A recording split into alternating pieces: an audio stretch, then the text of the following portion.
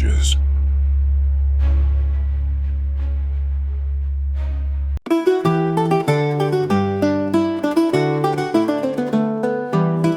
The Roman Empire was not simply a state.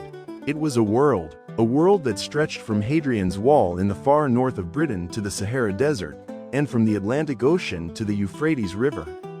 A world without modern transportation, without instant communication, without a centralized bureaucracy capable of overseeing every corner of its territory. And yet, for centuries, it endured. To understand how this was possible, and why it eventually became so difficult, we must return to a period of profound transformation, the late Roman Empire in the West.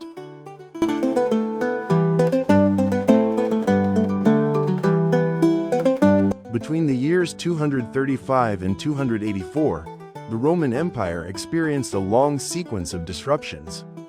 Political instability, repeated civil wars, external pressures, and severe socio-economic problems shook the imperial system. Modern historians collectively refer to this era as the crisis of the 3rd century. But this crisis was not a single, uniform event.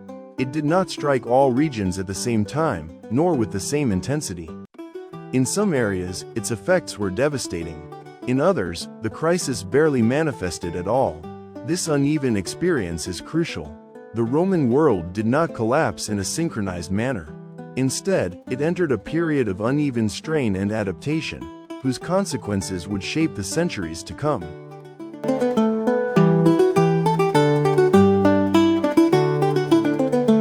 Out of this turbulent period emerged a reconfigured imperial system, shaped above all by the reforms of Diocletian and Constantine. The political and administrative structures of this late Roman Empire have already been examined elsewhere. Yet, to understand the phenomenon of migration, and especially the eventual dominance of Germanic peoples in the West, we must revisit certain key aspects. What becomes clear is that Roman society was held together by a complex network of relationships linking local elites, provincial societies, and central imperial authority. It was within this network that Germanic war bands would eventually be integrated, not as sudden conquerors, but as participants in an already strained system.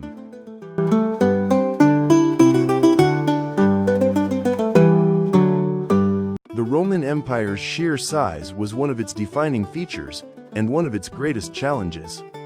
Its immense territory encompassed deserts, semi-arid zones, mountain ranges, marshlands, and forests. Western Europe, in particular, was a geographically fragmented space. Mountain systems such as the Apennines, which run north to south through Italy, divided regions internally. Vast plateaus like the French Massif Central and the Spanish Meseta shaped patterns of settlement and communication. Major rivers, including the Loire and the Rhone, simultaneously connected territories and marked their boundaries. This geography naturally encouraged regional differentiation. Governing such a landscape was an extraordinary task.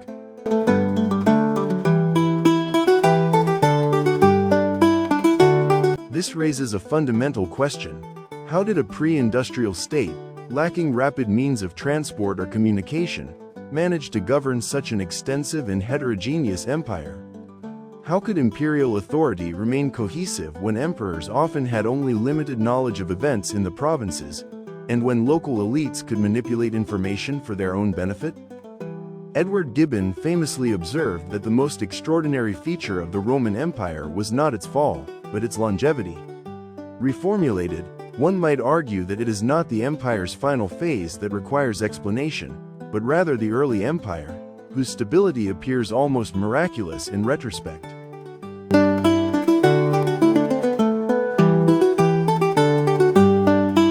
In its first centuries, the Roman Empire remained remarkably cohesive. It did so with a relatively small administrative apparatus, relying not on constant coercion but on local participation. In the western provinces, competition for prestige and power was closely linked to adherence to Roman culture. This adherence expressed itself in many ways: participation in municipal government, rivalry in the construction of Roman-style public buildings, the display of status through rural villas, and the pursuit of Roman citizenship. Economically, prestige goods were produced primarily in the imperial core and distributed to the provinces. Until the mid-2nd century, this system remained relatively integrated. The empire, therefore, was not merely imposed from above. It was sustained by the active, and often enthusiastic, engagement of countless local communities.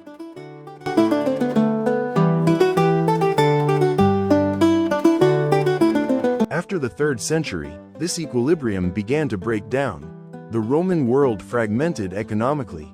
While the Mediterranean continued to function as an integrated system, the production of many objects associated with Roman identity shifted to the provinces. Distinct regional economies emerged. Economic difficulties intensified this process. Barter returned more frequently, and taxation increasingly took the form of goods rather than money. These changes reinforced regional self-sufficiency and weakened long-distance integration. At the same time, a profound symbolic transformation occurred. In 212, Emperor Caracalla granted Roman citizenship to all free inhabitants of the empire. Roman identity ceased to be a privilege worth striving for. The era in which communities sought incorporation into the Roman orbit for its social and political advantages had passed. Don't forget to subscribe, like, comment and share this video.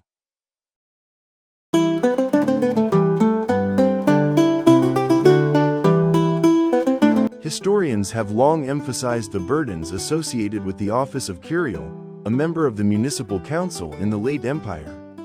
Contemporary sources frequently complain about these obligations, yet these responsibilities were probably not significantly heavier than before. What had changed was not the burden, but the reward. In earlier centuries, civic service brought prestige, influence, and tangible benefits. In the late period, these incentives disappeared. Without meaningful rewards, engagement declined. As a result, the regional and geographical diversity of the Western Empire asserted itself more forcefully.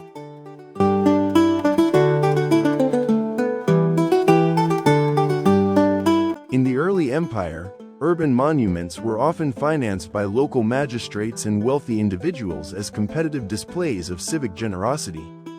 Private wealth was invested in public buildings. In the late period, this model collapsed. New construction virtually ceased. Building activity focused instead on maintaining existing structures. This work was no longer funded by local elites, but carried out by representatives of the imperial bureaucracy using public resources. Meanwhile, private capital flowed elsewhere, toward urban residences and rural villas. This shift reflected a deeper change. Elites were increasingly investing in themselves rather than in the community.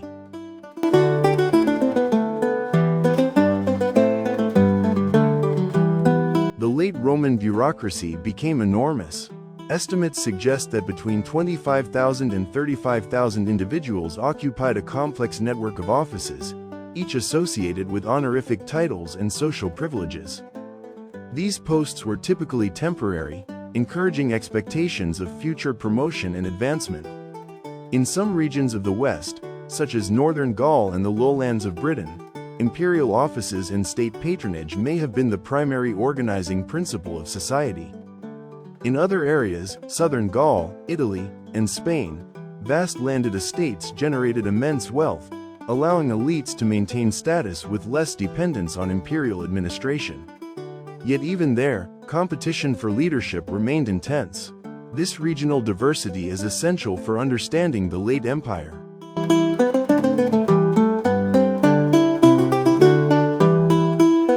The empire's structural weaknesses are vividly illustrated by an episode from 4th century North Africa, a region that was then surprisingly prosperous.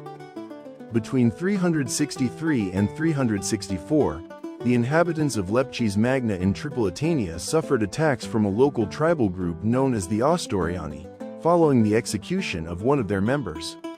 The citizens appealed to Count Romanus, the Roman official responsible for the region. Romanus arrived with troops, but demanded enormous quantities of supplies and 4,000 camels. When the locals refused, he withdrew, leaving the region exposed to further attacks. Desperate, the Tripolitanians sent envoys to Emperor Valentinian I. Romanus, however, had powerful connections at court.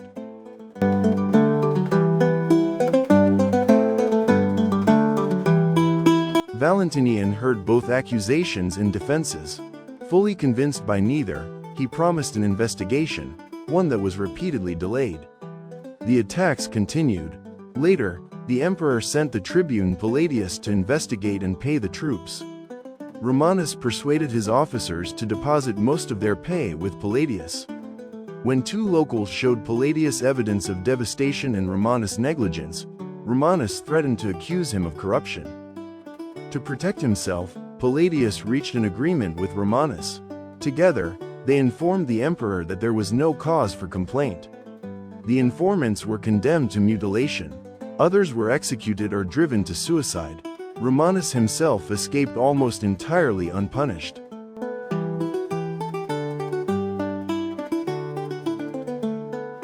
This was more than corruption. It revealed the profound difficulty emperors faced in understanding provincial realities, and how local elites could exploit those limitations. The late Roman Empire functioned through competition among local groups seeking imperial legitimacy and support.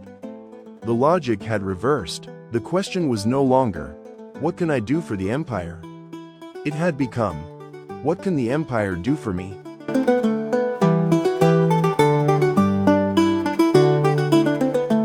The communities that once sustained the empire through their own initiative no longer did so. Instead, they were bound together by a vast bureaucratic system, a form of imperial clientelism requiring constant management. In the early empire, all roads led to Rome. In the end, they led away from it.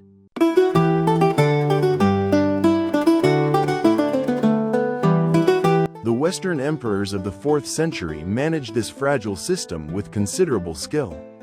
By positioning themselves along the frontiers, on the Rhine, at Trier, or along the Danube, they could oversee patronage and integrate provincials into imperial administration. To control the Rhine was to control Gaul. To control Gaul was to control the West. They understood this reality well. And yet, despite careful management, the system remained unstable, dependent on balance rather than cohesion.